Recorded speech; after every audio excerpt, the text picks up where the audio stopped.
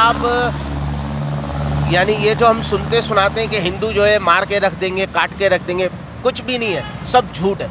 क्यों झूठ है? क्योंकि हम खुद अपनी आंखों से देख के आए भाई। हिंदू और ये अपना हिंदू और मुसलमान तो वहाँ पे यूँ है। अच्छा, वहाँ पे ये नहीं है, मिल के रहते हैं। तो हमने ये नहीं देखा। अच्छा, जब आपको कोई क्लीन शेव, अगर कोई क्लीन शेव है ना और वो मुसलमान है, ला इलाहा इल्लल्लाह पढ़ने वाला है ना, और यहाँ पर एक हिंदू है और यूँ खड़ा हुआ है ना, तो आप बता नहीं सकते कि इसके अंदर से मुसलमान कौन सा और हिंदू कौन सा। अच्छा। वो अपने आप को कहते हैं हम दोनों इंडियन है। कौन है? इंडियन है। यानी उनकी जो बेस।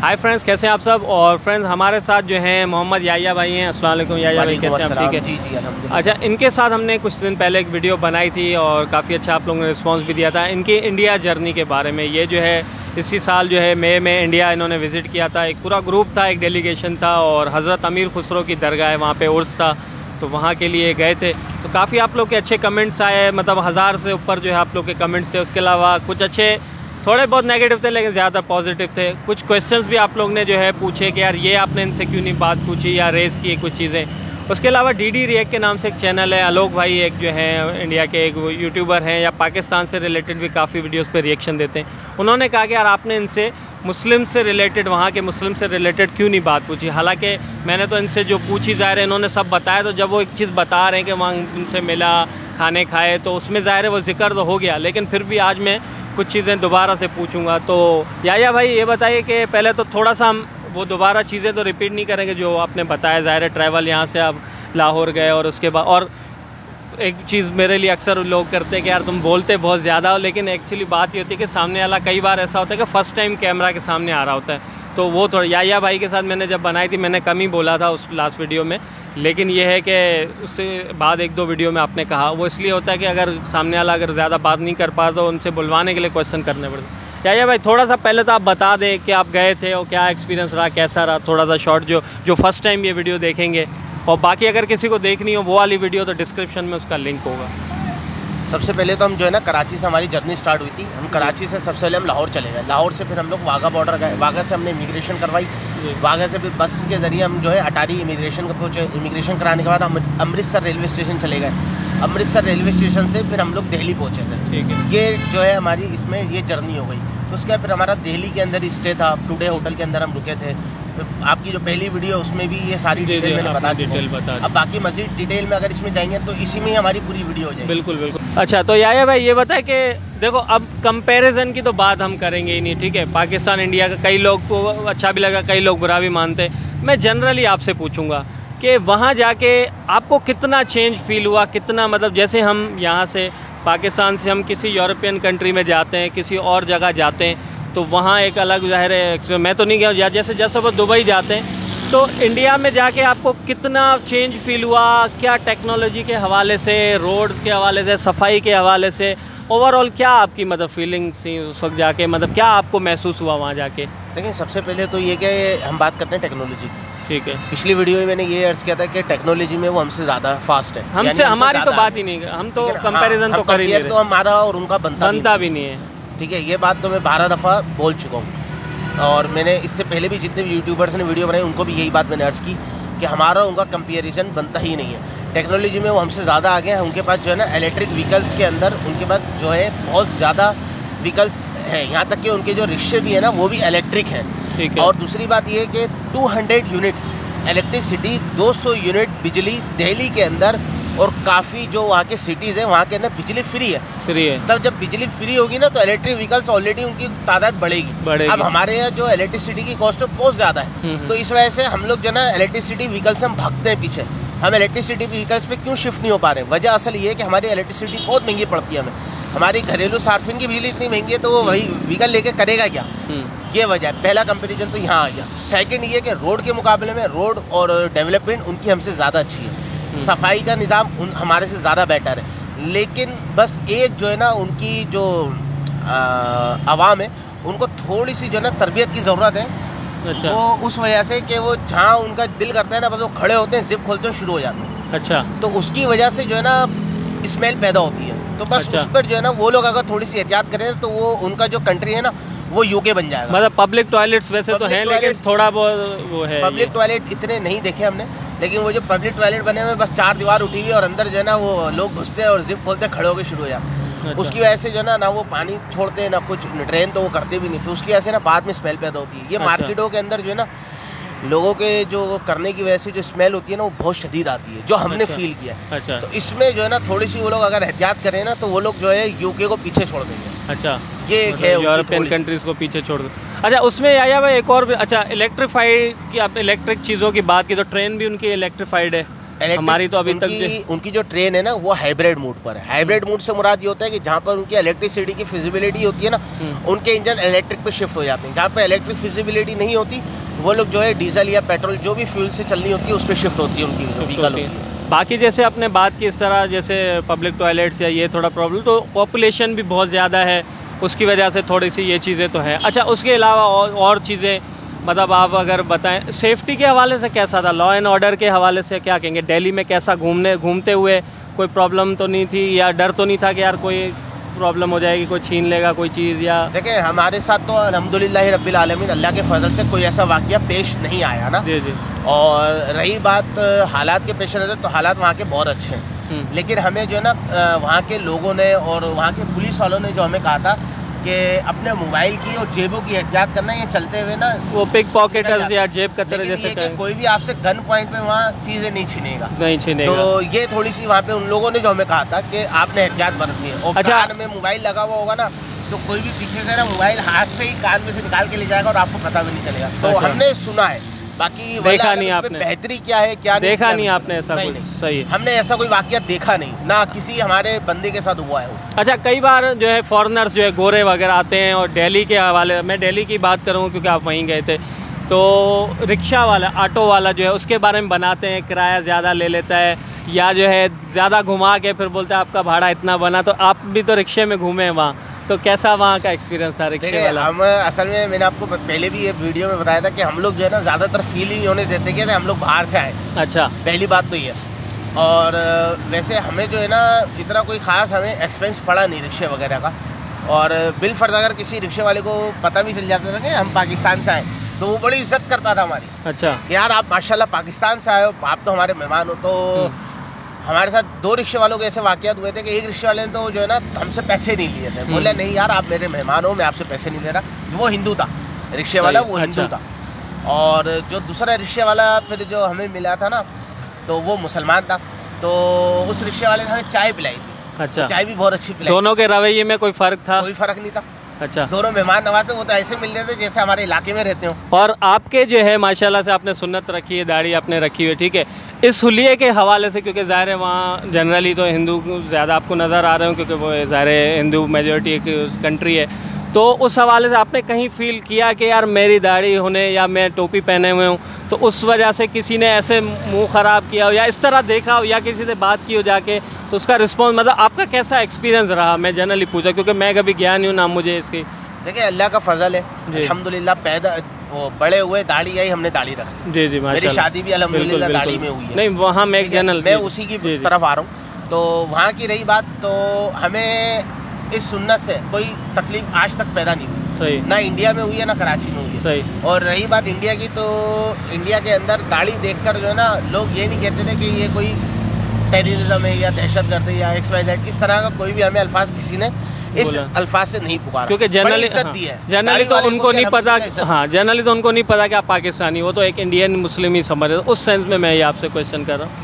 अब वो इंडियन समझे या पाकिस्तानी समझे, लेकिन हमें इससे कोई अल्हम्दुलिल्लाह हमें तकलीफ नहीं। तकलीफ या टोपी पहनने टोपी से भी अल्हम्दुलिल्लाह, इमामे से भी अल्हम्दुलिल्लाह, हमें किसी ने कुछ वहाँ पर तनकीद का निशाना नहीं बनाया कि आपने ये क्यों रखी थी। ये क्यों? अल्हम्दुलिल्लाह, इससे हमें कोई लोगों को वहाँ पे दाढ़ी से कोई मतलब नहीं। अच्छा, एक और चीज़ पे आते हैं कि मुस्लिम्स की उस पे बात पे तो आते हैं, ज़ाहिर है उनसे ज़्यादा आपका वास्ता इसलिए पड़ा होगा कि दरगाह पे भी आप गए, फिर जामा मस्जिद के आसपास के एरिया में भी काफ़ी मेजॉरिटी जो है शॉप्स वगैरह दूसरी चीज़ें।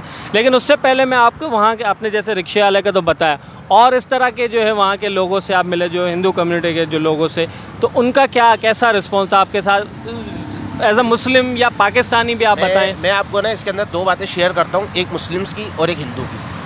तो एक हमारे एक दोस्त है, ठीक है, वो दिल्ली में ही रहते थे, तो वो मेरे छोटे भाई के दोस्त हैं खैर। तो वो जो है ना हमें नाश्ते के लिए लेके गए थे अपने जगह पर, घर पर। तो जामा मस्जिद के सामने ही जो है ना उनका घर था। तो जामा मस्जिद के सामने ही ये जो है हम उनके घर गए थे नाश्ता करने।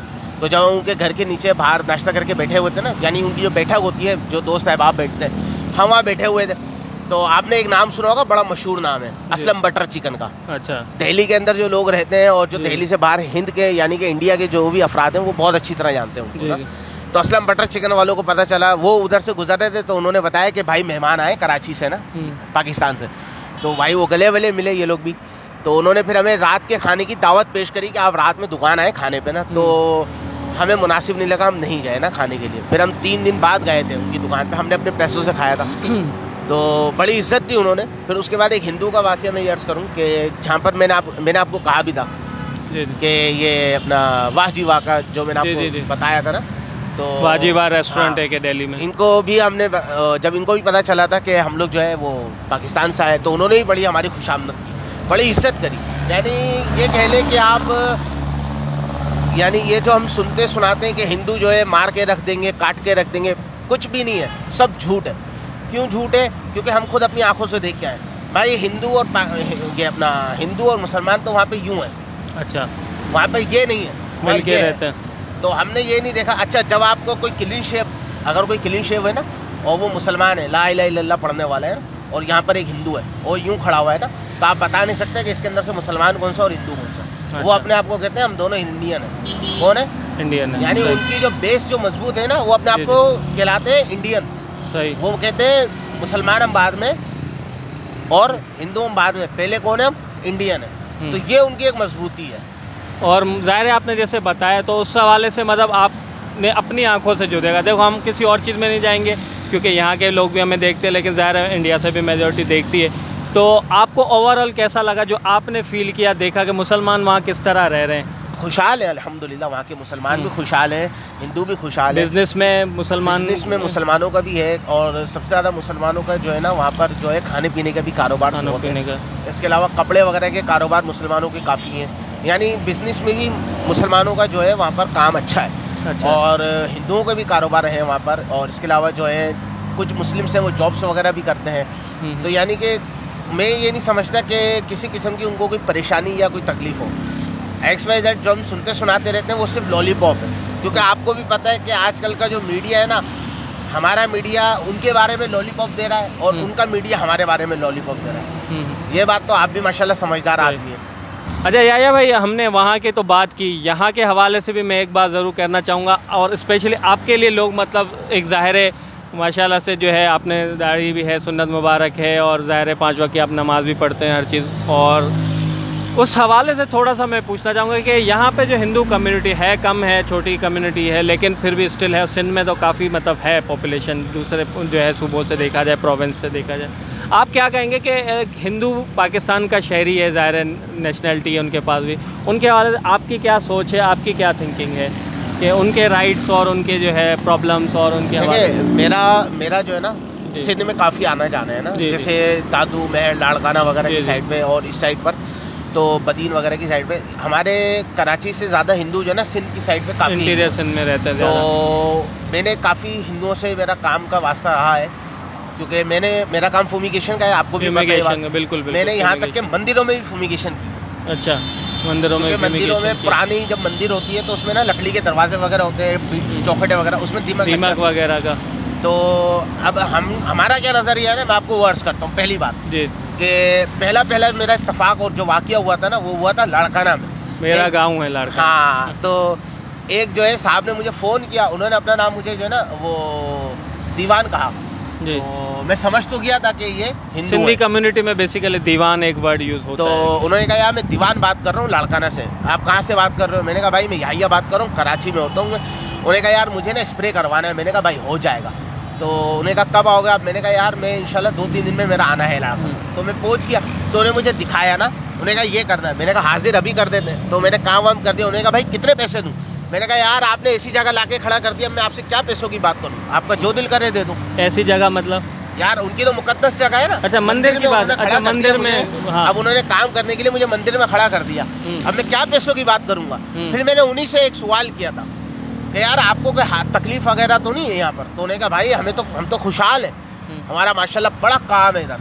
वो असल में उनका है उधर वो जनरल स्टोर यानी करियाने वगैरह का काम, चावल वगैरह का काम, वो बड़े खुशहाल है। वो वहाँ पर एक लड़का ना, एक दुकान है हिंदू की मिठाई की दुकान है ना, दिलीप स्वीट। अभी नारियल की मिठाई बड़ी उनकी मशहूर है, खोपरे वाली मिठाई की, नारियल वही हम नारियल वाली मतलब खोपरे। तो अभी मैं रिसेंटली अभी मैं पीर वाले दिन ही वापस आया हूँ ना, तो बाइक पे गया था। पहले बताया होता तो यार मिठाई हम भी अपने लिए मंगा दे, क्योंकि मेरी फेवरेट है, आती रहती है। वैसे मैं दिलीप स्वीट्स का भी मैंने काम किया है, दिलीप स्वीट्स से मेरी मिठाई वगैरह मैं लाता रहता हूँ, मैं खाता भी हूँ, घर वाले भी खाते हैं, बड़ी शौक से खाते हैं। हम लोग वो फील नहीं करते कि यार ये हिंदू के हाथ की बनी हुई है, ये वो फलान, सब कहने की बातें हैं, सब बेवकूफ़ाना बातें हैं। भाई बनाया तो उसने हाथ धो के ही होगा ना, बनाया तो उसने कढ़ाई और चूल्हे और घी और तेल में ही होगा ना, और तो किसी चीज़ में नहीं होगा ना।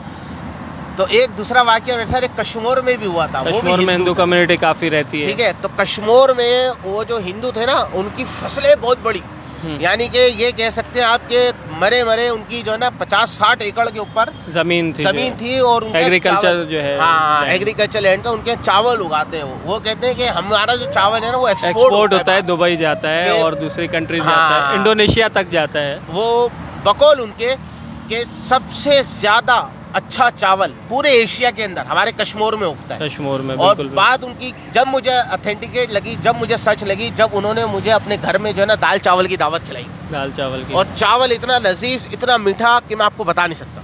मतलब वो चावल ऐसे होते कि एक पकते ही एक अलग ही महक कि आपको एक वो लगेगा इस तरह की, जाहिर है क्वालिटी वाइज वो होता है। अच्छा तो भाई ज़्यादा हम टॉपिक से थोड़ा हट रहे, लेकिन बेसिकली ये क्वेश्चन इसलिए भी थे, काफ़ी कमेंट सेक्शन में भी इस तरह की चीज़ें थी, तो उस हवाले से मैंने, और इंडियन मुस्लिम से रिलेटेड भी चीज़ें आप जो है इनकी ज़बानी जानना चाह रहे थे कि ये क्या कहते हैं या इनका पर्सनल एक्सपीरियंस क्या रहा उस हवाले से।